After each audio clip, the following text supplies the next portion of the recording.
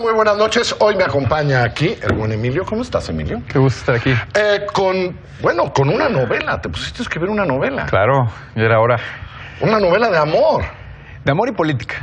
De amor, sobre todo. De ¿no? amor, sobre todo. O sea, pásala, pues está en el contexto de la política, pero sobre todo es una novela de amor, ¿no? Sí, la verdad es que es una novela de amor o de desamor, que son lo mismo muchas veces, ¿no? Y es una novela que tiene un personaje, te lo voy a poner así, empecemos por ahí, de lo más cursi, dirían los millennials que hemos visto últimamente en la vida, ¿no? Es un romántico empedernido que cree que la vida es como una novela romántica o como la Divina Comedia de Dante Alighieri. Y se enfrenta con dos realidades. Una, la de su entorno, que evidentemente no es tan romántica. Creo que no es, ¿no? Claramente no lo es. Y la otra, la de el otro protagonista, que es ella, la mujer, que es mucho más pragmática y que no está dispuesta a estos masoquismos románticos que él, en su faceta idealista, cree que debe de vivir toda relación, ¿no? ¿Por qué decidiste no nombrarlos? Porque al nombrar a los personajes, siempre el lector y el mismo autor los empieza a relacionar con alguien, ¿no? Cuando tú dices Carlos, piensas inmediatamente en un Carlos, ¿no? Sí. Y estos no son personajes que deban de tener relación con nadie de nuestro entorno, pueden ser cualquiera, y sobre todo pueden ser nosotros mismos. ¿Pero los imaginaste? Sí. Es más, una pregunta antes. ¿En alguna versión de esta novela tenían nombres? No, nunca. Eso sí no. Nunca tuvieron nombres. Ellos, ella y él siempre fueron ella y él. Y fueron así porque, te digo, creo que puede ser cualquiera y sobre todo puede ser nosotros mismos. Creo que al final es una historia de amor con la cual mucha gente de mi generación se puede relacionar porque es una historia de amor a distancia, una historia de amor donde esto del ideal y lo idílico se contrapone con una realidad de Facebook, WhatsApp, tiendas de restaurantes de cadenas, o sea, con una realidad que es mucho menos propicia quizás para estos espíritus románticos viejos, ¿no? Pero tú sí imaginabas. Yo sí imaginaba. Tú sí imaginaste quiénes eran. Yo imagino, bueno, claro, y los tengo bastante identificados. Tú lo tienes bastante, por lo menos en partes, ¿no? En partes, quiero sí. suponer. Pero lo del nombre, me pareció interesante lo del nombre, porque, pues sí, un poco por eso. Pero, bueno, no sé. Había momentos que uno le pone, hay momentos que uno le pone nombre, ¿no? Yo creo que eso es lo que permite el lector la novela. le pone nombre, ¿no? Yo creo que eso es lo que permite la novela, ¿no? El que tú decidas quiénes son estos personajes, si eres tú, o si es alguien que conoces, o si es una parte de ti. Porque creo que al final de cuentas es una historia de amor, pero también es una historia de lucha entre dos modelos de vida, entre dos personajes diferentes, ¿no? O sea, son medio de dos nacionalidades, además, ¿no? Son de dos nacionalidades, tienen dos maneras de entender el mundo distinto, y cuando empieza la historia de desamor te das cuenta que también hay una cuestión filosófica que los separa, y se transmite en el libro a través de esta discusión filosófica entre Leibniz y Newton, ¿no? Entre un Leibniz que es mucho más creativo, mucho más ¿hay un mundo posible o no hay un mundo posible? Que cree que es el mejor mundo posible, ¿no? Y Newton, que es mucho más matemático, calculador, pragmático.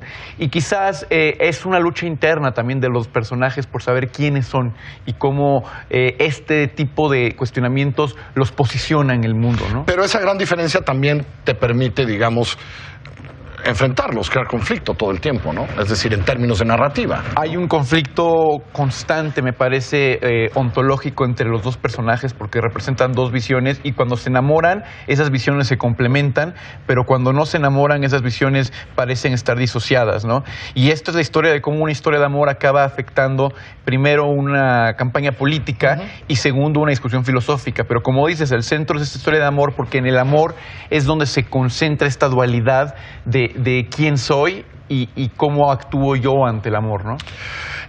Y luego los pones en este contexto de la política, ¿no? Y yo insisto, esta parte que sí es de amor y política, pero porque pasa en el contexto de la política. Exactamente. ¿Por qué te parecía que la política era la mejor manera de romperlos? Fíjate que fue muy extraño. Y digo así, porque... digo de romperlos, es decir... Sí, los destruye, ¿no? los destruye. Y por cierto que ahí entra el único personaje que describo físicamente, ¿no? Y tiene nombre y demás, que es otra mujer. Pero, a ver, yo empecé la novela con la parte de amor, con la primera parte. De hecho, el primer capítulo lo escribí así tal cual como lo estás leyendo, ¿no? Y se escribió... Fue lo primero que escribí. Y fue desarrollando la historia de amor y de pronto me di cuenta que esto iba a llevar a otro lado, que esto iba O sea, eso, pero te llevó solito. Solito. No, la verdad es que yo no lo había pensado así desde un principio. Y me llevó solito a esta parte donde, como dices tú, su amor es víctima de un contexto político y el contexto político es víctima de su amor, ¿no? Entonces, ahí se vuelve una especie de thriller político, pero yo insisto, tienes toda la razón. El centro, incluso la parte política, es el amor, porque todo lo que él hace, lo hace pensando en que lo hace por ella, ¿no? Entiendo esto que dice Emilio de cómo esta relación cambia la política, pero es muy fuerte en alguna parte pensar que la política puede destruir el amor, ¿no? Bueno, yo creo que lo hace más de lo que creemos, ¿no? Es difícil hoy en día creer que la política y el amor son compatibles, ¿no? Parece ser que justamente uno de los grandes problemas de los seres que participan en la política es que tienen una carencia de amor general, ¿no? No solamente amor por su población o por su país. No, sino pero amor en la intimidad, pues amor en esto, amor en la relación de dos seres humanos, ¿no? Digo, yo cuando analizo como escritor a muchos de los personajes de la política internacional y nacional, sí me cuesta trabajo entender dónde existe esa veta romántica, esa veta de amor, esa veta de humano, ¿no? De que da la literatura, que da el amor en muchos de ellos. Y creo que hay una gran confusión entre los políticos, que es que ellos creen que van a trascender y se les olvida que mucho de lo que ellos hacen es coyuntural y se olvida muy rápido.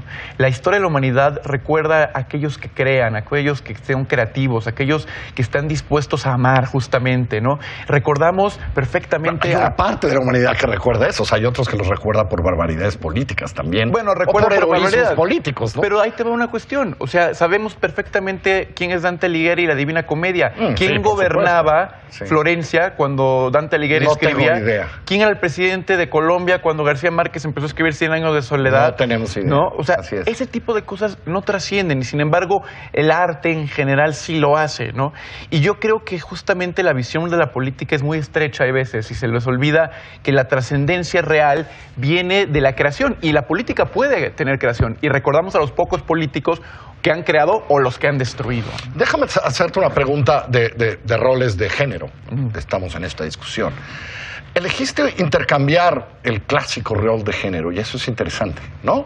Porque a lo mejor en nuestra tradición machista, ¿no? El práctico tal cual hubiera sido el hombre, ¿no? Y la romántica, ¿no?